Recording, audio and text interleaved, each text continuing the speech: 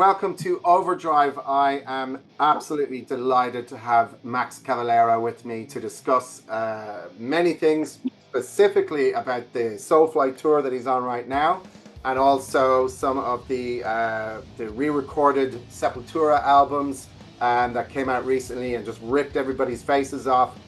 Without further ado, Max, it's an absolute pleasure to have you on. Thank you so much for taking the time, man. How are you? Doing great. Good to be talking to you. We are currently on tour in Switzerland. It's so far going good. So let's It's okay. keep We'll our keep the fingers fingers crossed. crossed. Absolutely cool. All right. So look, you did mention there you are on the road with Soulfly on the Superstition tour, and you're currently in Switzerland. So in light of that, I just wanted to, I suppose, jump in the deep end. Totem came out in 2022. It's now 2024. We're heading towards 2025. What is the situation with new Soulfly music? I know you're extremely busy. You've got a lot going on, but if you can give us an update on that, that would be awesome. I'm taking my time with this one. It's like a lot of times I go one album after the other, but because of the re-releases and Schizophrenia came out, we did the tour, and I'm kind of enjoying the tour, and I'm writing like pieces, piece by piece, like Slayer.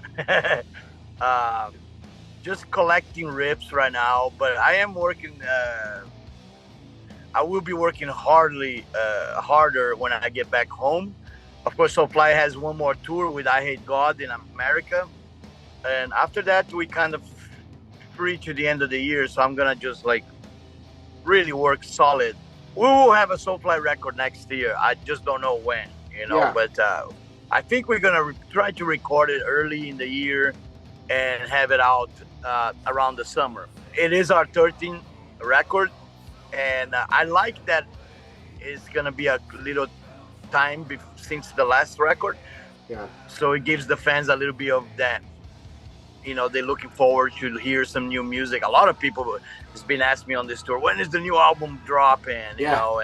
It's cool. It's cool to have a break between the records, let them marinate it.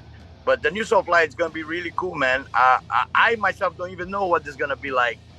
I just know I'm excited for it, and I'm gonna just jump right in and try to make the best I can. Having now Cavalera doing all these tours that we are doing and the re-recordings, and having Go Ahead and Die being super extreme, it kind of leaves Soulfly to get back at what Soulfly was, which is like this, almost like I like to, I hate giving names, but to me, my vision for Soulfly is kind of like tribal trash, world metal. It's like this thing that combines world music with metal, indigenous sounds, indigenous tribal sounds, and we're gonna go back to the root of Soulfly, to the beginning. And I analyzed a lot the first record and Primitive, and I know why people like those records so much, because they had this big ass groove in it, and I will continue that. So I'm gonna pick it up right where I left it at Soulfly 1 and Primitive. Wow. Almost like this new record might be the album that should have come out after Primitive. We can probably even say that. One of the things, just leading on from that question, just an interesting thing I was thinking about when you guys went and did the re-recordings of Vestal Devastation, Morbid Visions, and of course Schizophrenia. When you were going back in and you were really kind of looking at those songs, and you were kind of going over them again and re-recording them from the creative side, did that, like, going back into your head when you were that age writing this music, did that kind of influence the stuff that you're doing, just even with the new Soulfly music? Well, a lot of people are skeptic, and a lot of people feel, oh, it's a terrible idea to touch classic records. But I kind of was more on the other side of the coin, thinking, yes, they're classic records, but they never sounded good, So we wanted them to sound the way we were hoped them to sound when we first envisioned it in our head. Now they sound properly.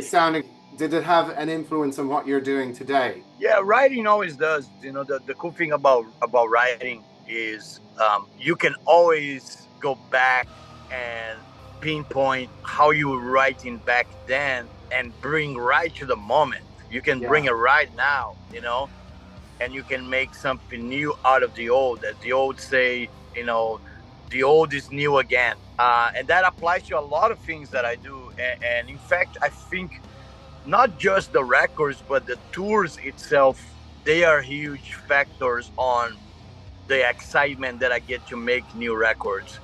Just by talking to fans alone, I just feel the excitement that they get from these recordings.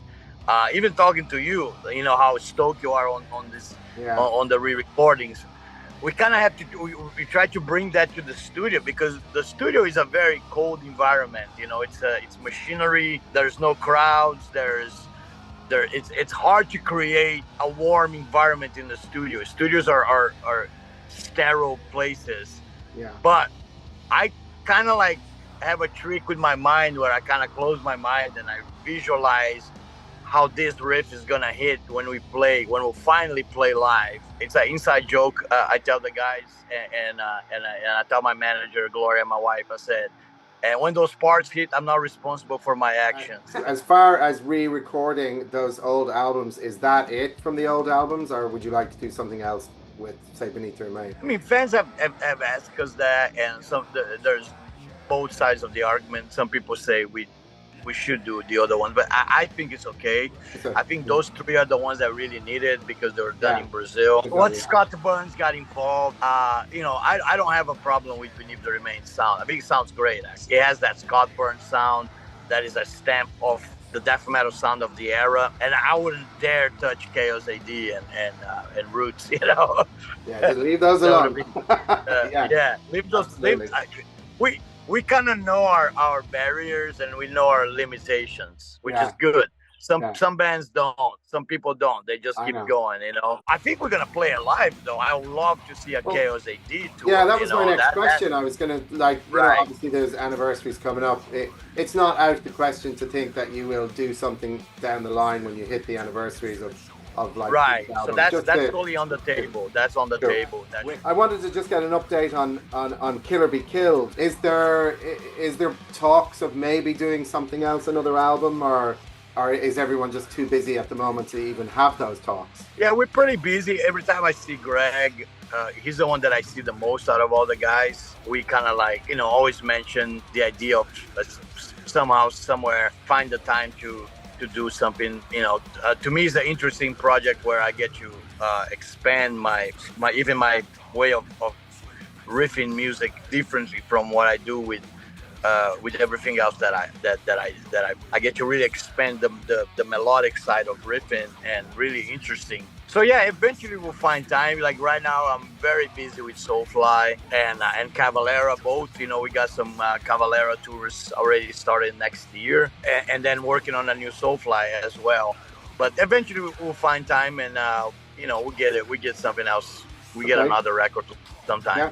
I mean, you've been there and responsible and witnessed some of the most pivotal moments in metal and the evolution of metal over the years, and I just wanted to get your take on how you feel it is now. So how do you see metal, the health of metal globally right now? I think it's good, man. You know, and I actually like I'm kind of one of those guys that actually, you know, a little bit cautious about getting it too popular and for everybody, and that doesn't, it becomes something that is not so special anymore. You know, the special thing about metal, what I love about it, is that a unique thing that you're part of it, and I think we share that with the fans. It's like it's our thing, you know. And if everybody has it, then it's not our thing anymore. You know, for sure, it's cool to see, you know, Motorhead songs being used in car commercials and stuff like that. They use even some of my stuff, you know, in movies and more mainstream stuff. But I still like to think that metal is outside music, and that's what makes it. That's why it attracts us, because it's outside music. Is you know, kind of like rejected by society still, and that's attracts me. I think that's where it should be, you know. And yeah, I don't know. It's the other thing that's cool it's like cockroaches. It doesn't die, you know. Yeah, So we don't have to worry. for sure. We don't have to worry about it, you know. Yeah. It might get more popular, less popular, other genres, you know. There's Yeah. always these comebacks, you know, Yeah. the revivals and all that. But metal itself, it's always there, and it's great. It's comfortable to know that's always there. Max, thank you so much for taking the time. I know, as I said at the start of the interview, you are on tour, you are very busy. Get it right. It's been amazing speaking to you, man. Awesome. Appreciate it. So Thanks much. a lot, man.